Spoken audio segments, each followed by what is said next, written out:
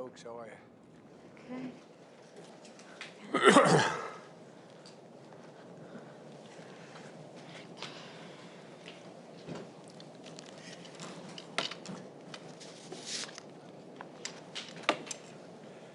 Can you all see us and hear us? Perfect. Okay. Jay, you're beginning to convince the American people there is a thing called climate crisis. About time. Indeed. Well, thank you all for being here. I'm going to make a brief statement here, and then we'll get to ask the Vice President to say a few words, get to some questions, and we'll get down to business, if that's okay with you all. 1 month ago, we convened the first of what will be a regular presidential briefing on wildfire preparedness.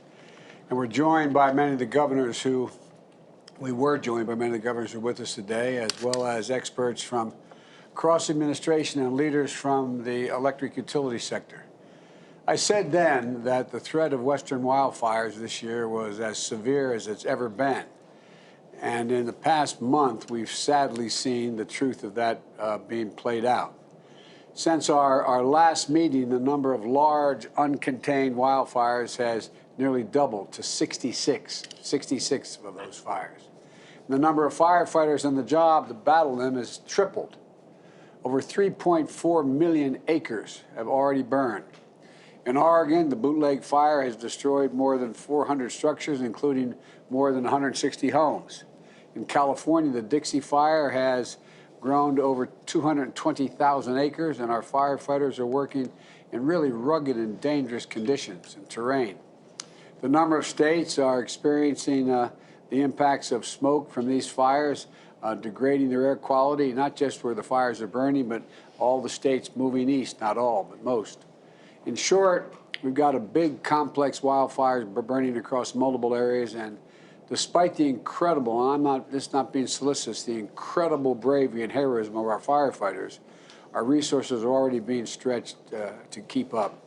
We need more help, particularly when we also factor in additional nationwide challenges of pandemic-related supply chain disruptions and our ongoing efforts to fight COVID.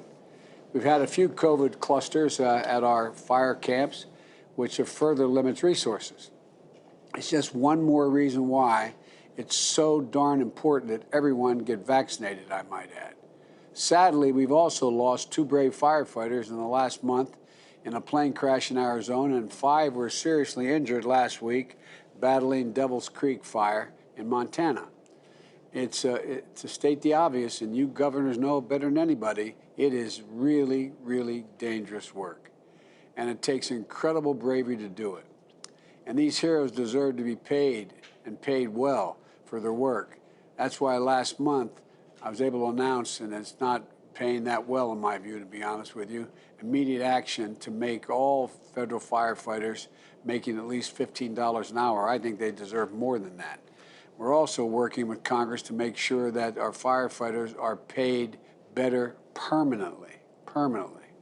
So far, FEMA has approved 20 fire management assistance grants totaling up to $100 million to help states pay for the cost of fighting these fires. We're also working with FEMA and the Defense Logistical Agency to get ahead of this emergency supply chain challenges, and we still have some supply chain challenges relating to hoses and a number of other things. We've tapped additional aircraft from the Department of Defense to aid in the fire detection and firefighting. We also welcome the support of our allies from Australia, for example, sending a large air tanker to which it's going to begin flying missions this week. And last month, I also noted that the EPA would be launching an upgrade app for mobile phones to easily share location-specific information with the public about the effects of fire and smoke and air quality for them. It's now even more important because smoke from many of these fires burning in the West and along the Canadian border is affecting air quality in states across the country. As of today, the upgrade Air Now app is live and ready for use. Folks in affected areas should download this important tool as quickly as possible. I also encourage our states and county leaders to continue partnering with FEMA, as many of the leaders on the scene today are leveraging our public alert and warning systems to communicate information directly and quickly to the public about wildfires, evacuations, power outages, and more.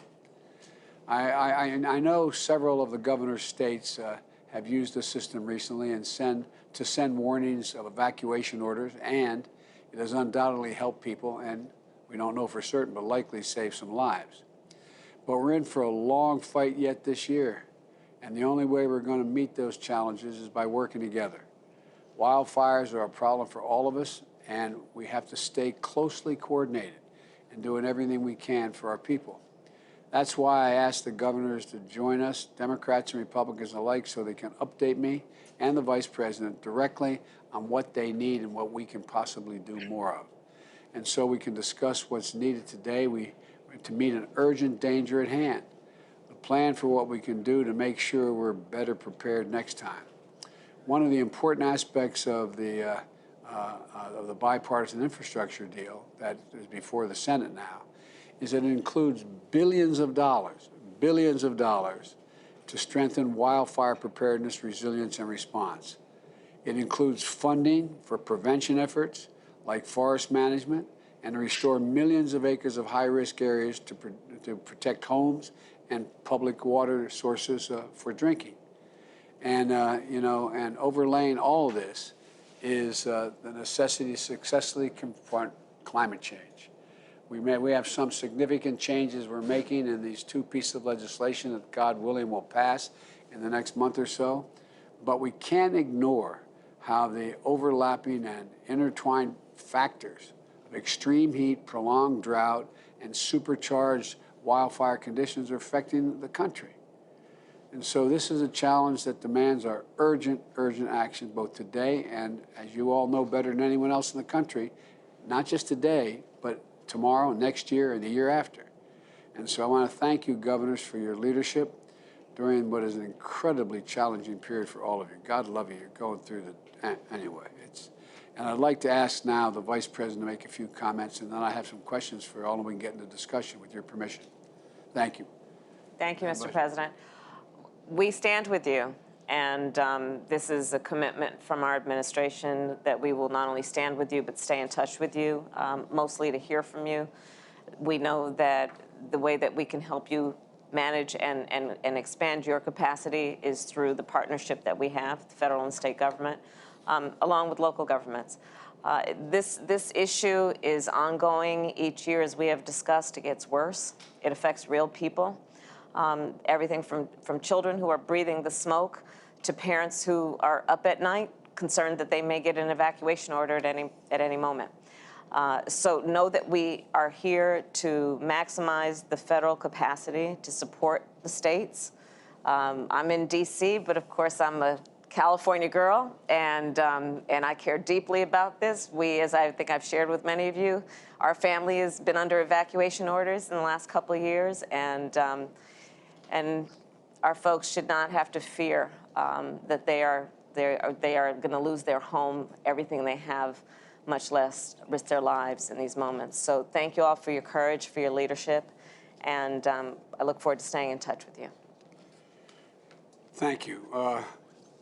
Folks, I asked the staff because I think I've had the great honor of being over the last 15 years in your states and in the wilderness areas and the national parks. And I asked my staff to put together maps exactly where the fires are and the areas they're in and what they're affecting. So I want to start off with you, Governor Gianforte, up in Montana. You have your hands full, man.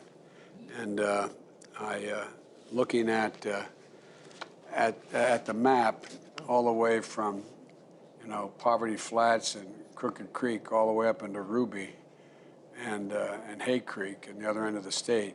But the big fires look like they're in Trail Creek and Alder Creek, in those areas that are significant. And I have a simple question, and it's a complicated one, but what can we do for you that, that we're just not getting done now?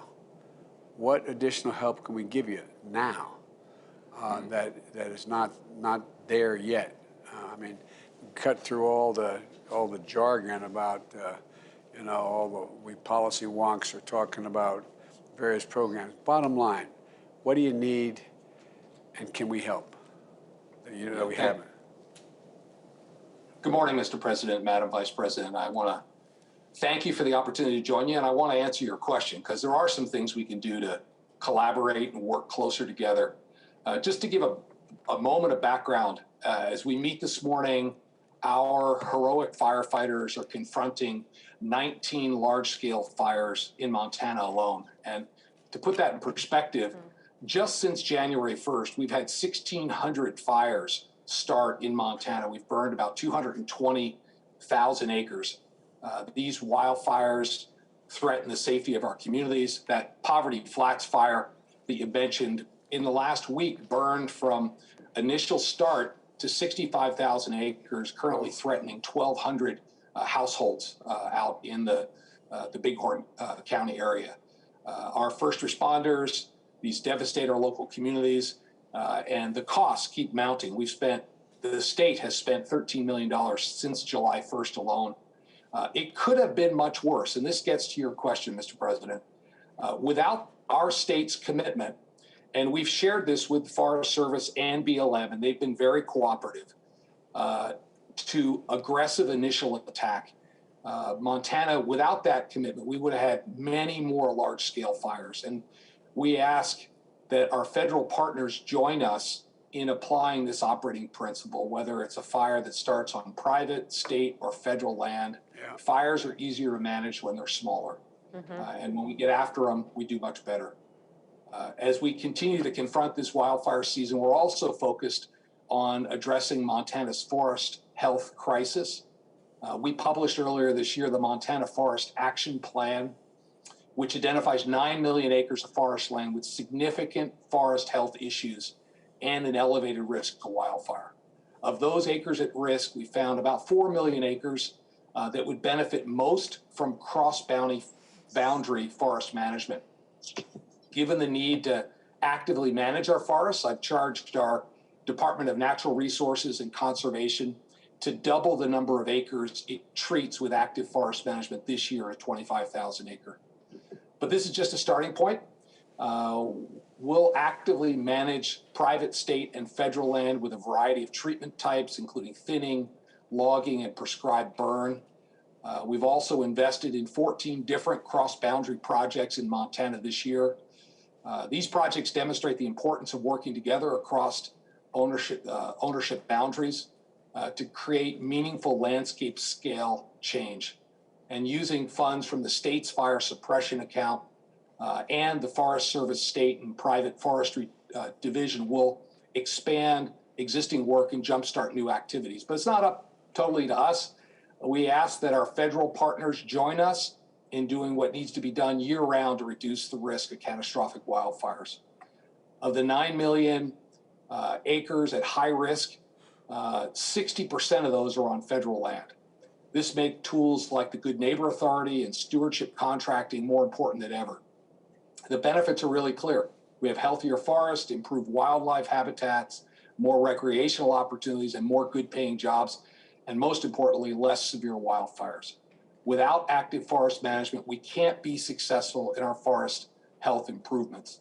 In closing, I just want to say, I want to thank our federal partners. We have good collaborative relationships here in Montana with the Forest Service and BLM. I also want to thank Governor Newsom and Governor Cox for sending crews to help us deal with these fires that are currently burning. We have thousands of first responders on the front lines right now protecting our communities, natural resources, and livelihoods across Montana, across the western United States. So many people have sacrificed, and I can't thank them enough. We can't measure it in dollars spent or acres burned. We have to keep them and their loved ones in our thoughts and our prayers. I agree with you, Mr. President. Now's the time to act. I think it's all about aggressive initial attack and getting more proactive in our forest management. again, Mr. President, Vice President Harris, I want to thank you for letting me join you today. Greg, let me ask you another question, if I may. There's Yep. press in the room, and lots of times I know I do, and we all do, use terms which those of us who are in public office, whether it's president, senator, governor, et cetera, use, and I don't think, understandably, the American people don't fully understand what they mean, and even sometimes the press has so much to cover. I'm not sure. You talked about the Forest Health Plan, and talk about, as I say to my staff all the time in plain English, what's that mean? Explain a little bit what that means. Sure. So we have many forests in Montana that have not had good stewardship. The growth has gotten to the point, I can take you 10 miles west of the state capitol in Helena and show you a federal forest where 90% of the trees are standing dead. They've been killed by beetle and this really creates a tinderbox situation. It reduces habitat, so very little wildlife lives there. And when we get a lightning strike or a campfire out of control, and a fire starts in a forest like that, we put firefighters at risk. They're very hard to control. The state has been very proactive. The state has about 5 million acres. We've been very active in being stewards of those grounds. And when we thin a forest, this is not clear cuts, but when we thin, when we remove excess fuels, water comes back into surface streams, wildlife comes back into that community. And when wildfire goes through a managed forest, it doesn't get into the crown. It doesn't burn as hot. We don't have the devastation, and structures aren't threatened. So everybody wins when we have good stewardship of the forest. That's really important. Believe it or not, I knew that, but it's really important for people to get it, because we talk about thinning out the forest. We're talking about a lot of trees because of climate change as well, where you have bugs, insects eating up the trees as well, making things that are changing, killing the forest themselves. And they become real tinder. And it's like, dropping a match in a, almost like in a pool of fuel. And so going in and cutting all that out is not the same as going in. I'm glad you made the point of clear cutting, going in and just, so look, we do have, and I'm hopeful that we're going to get a lot of the infrastructure plan passed and the Recovery Act that has a lot of money in here to help you all manage these forests, and to have much more money in there for the Bureau of Land Management. Anyway, to be able to give you the help you need, because your state, which I've been through, is a magnificently beautiful state. It's and I mean, and the thing that, I come from the state of Delaware, we had more acreage burned last year than the state of Delaware and Maryland combined. For you all on Montana, that ain't, but I want people to get a sense of how massive these fires are and how they affect the water systems. And anyway, but I'm sorry to take your time, but I wanted you to be able to explain that so people understand that are listening to this. Let me ask you, Governor Inslee, you've been talking about the impacts of environmental change for a long time. And one of the things, and I asked them to get me a map of where all your fires are in your state. And when you have Delancey and Cub Creek 2 and Cedar Creek, I mean, they're massive fires, massive. And what are, as you look at what's transpired over the past month, and you look at the road ahead of this wildfire scene, what is your biggest concern, Jay? What is your biggest concern? And again, I ask the same question. What is the thing we can do most? I mean, you go all the way from Delancey down to Lick Creek, as they say in the creek, down in the southeast part of your state. What are your biggest concerns? Well, first off, thanks for your leadership, Mr. President. It is so refreshing to have a president who really cares about the Western forest. My biggest concern might surprise you because all of the governors share these immediate concerns. We have a huge need for additional aerial assets, additional dozer bosses so we can get our dozers into fire lines. We need more trained people. We do have an emerging concern about our fuel supply for our aerial assets. Everything we need to fight forest fires is in dire need across the Western United States, not just in Washington State. We've had 1,000 fires. It's burned 4 times more at this time of year than normal. We've had 2.5 times more acreage burned in the last decade than the previous. So those are the obvious concerns, and everything you need to fight a fire, we could use your help on. And I think you've been totally on top of this. And so I thank you for your leadership on all of these things, including management issues. There's unanimity, there's bipartisan acceptance of the need for active management. We're managing our forest just like Montana is to try to get in and reduce fuel. But here's the surprising thing when you ask me this question, and the thing that I worry most about. The thing I worry most about is if for some reason the Congress did not follow your leadership in this reconciliation and infrastructure bills that allowed you to realize your vision of creating millions of jobs while fighting climate change. That's my biggest worry right now, because the fact of the matter is there is nothing in human intervention against these fires while climate continues to ravage our forests. You know, we used to think of these things as forests. They're really now just fields of fuel, and they're fields of fire with just one spark because they're so dry. And that aridity creates something like gasoline on the floor of our forest. There is only one way to prevent these forests from being gone in the next century effectively, to be totally unrecognizable. And that is to succeed in following your vision in the reconciliation bill for a clean energy standard, for a huge transition to the electrification of our transportation fleet, to a civilian climate corps.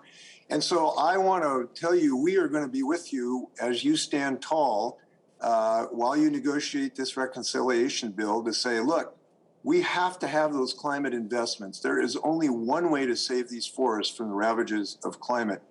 Our own federal scientists have said that if we accept a 1 degree centigrade change, we'll have 600% increase in these fires on a regular basis. We won't recognize these forests as forests anymore unless we succeed with your vision.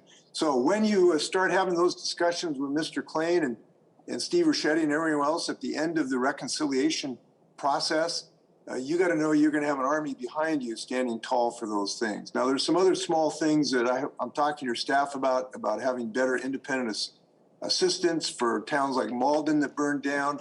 There's some other coordination. Yeah. But that's the thing that's going to ultimately decide whether these forests survive in the next century. Thanks for your leadership, Mr. President. Well, thank you for saying that. But, you know, one of the things that I say to all your colleagues, when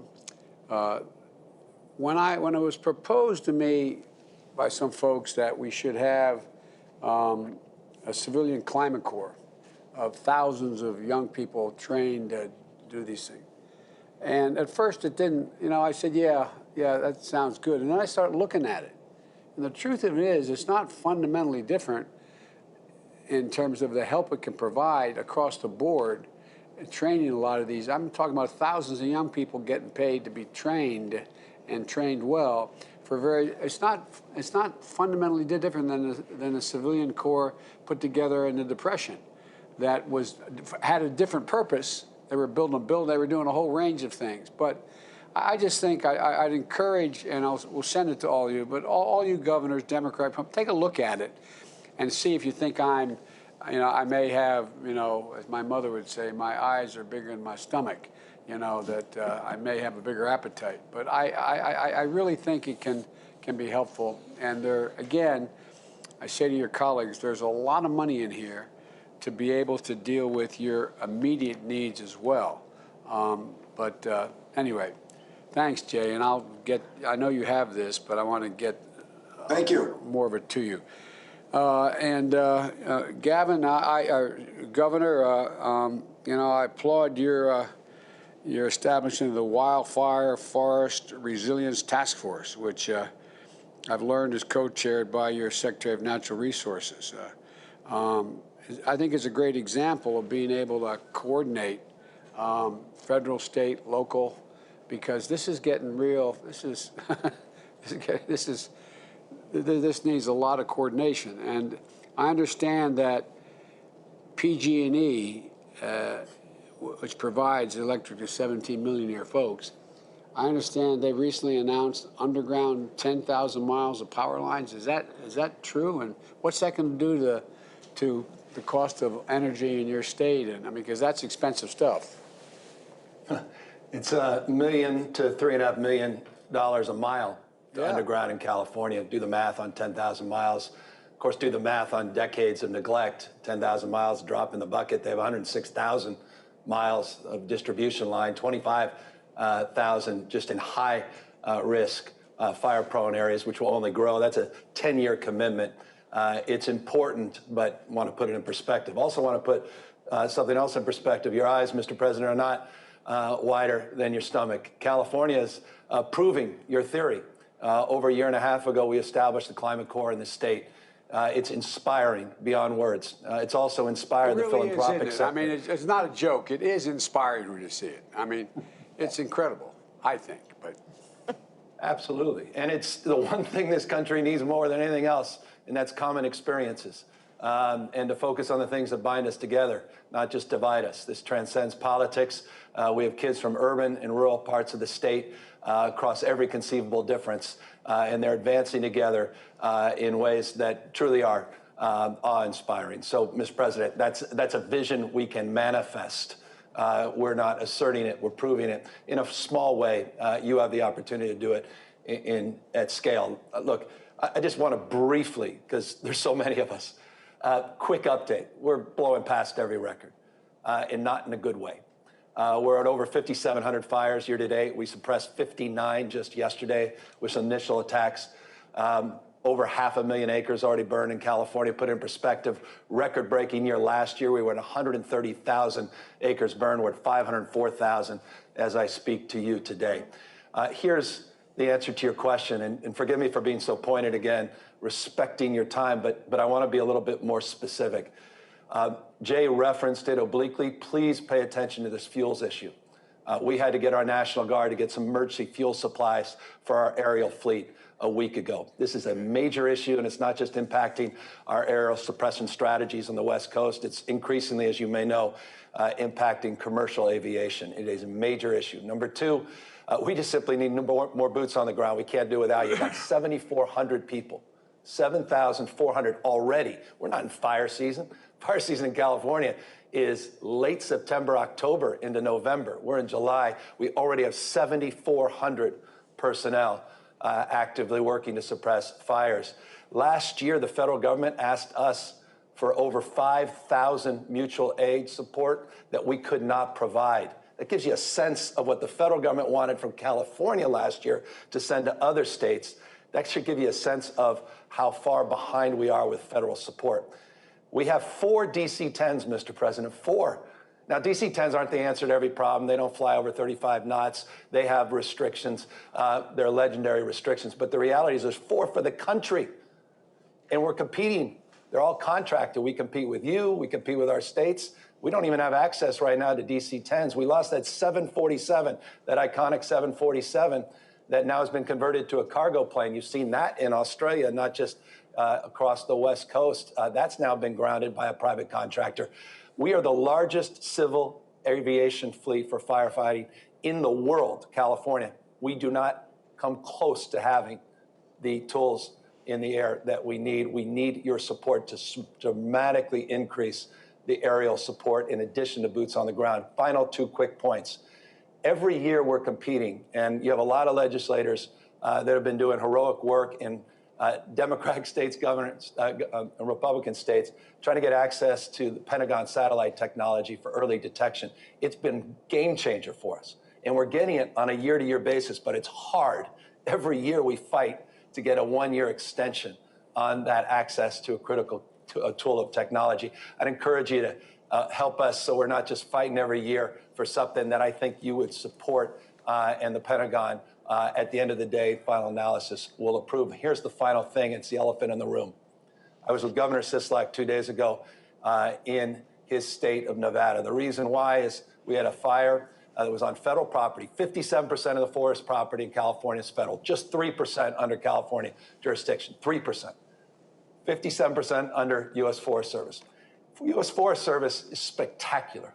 We have deep admiration, respect, but there's a culture that too often is wait and see. We can't afford that any longer. This was a federal fire. They waited, and what we saw is the fire took off because we didn't put enough initial assets. Greg was making an oblique point here. I want to be a little bit more explicit. We need your help to change the culture in terms of the suppression strategies in this climate, literally and figuratively, to be more aggressive on these federal fires. That fire bled into Nevada and obviously impacted not just our 2 states, but deeply impacted the redundancy of this concern that comes out every year around jurisdictions and incident command and the imperative that we're all on the same page in terms of those initial attack strategies. So forgive me for being long-winded, but I wanted to get those That's why we're doing this. I want to find out what's the greatest concerns you have, and I will, when this meeting is over, I will be on the phone to the Department of Defense and talking about the access to satellite capability. And but I'm looking down the list here. All right, I will follow up with you, Gov, or the Vice President will. She has a mild interest in California. With all the points you just raised, and I do appreciate it. Now I want to get to each one of you, but we're going to ask the. I think now is the time the press is about to leave the room, if I'm not mistaken. Am I correct? Yeah. And so we can move on, and.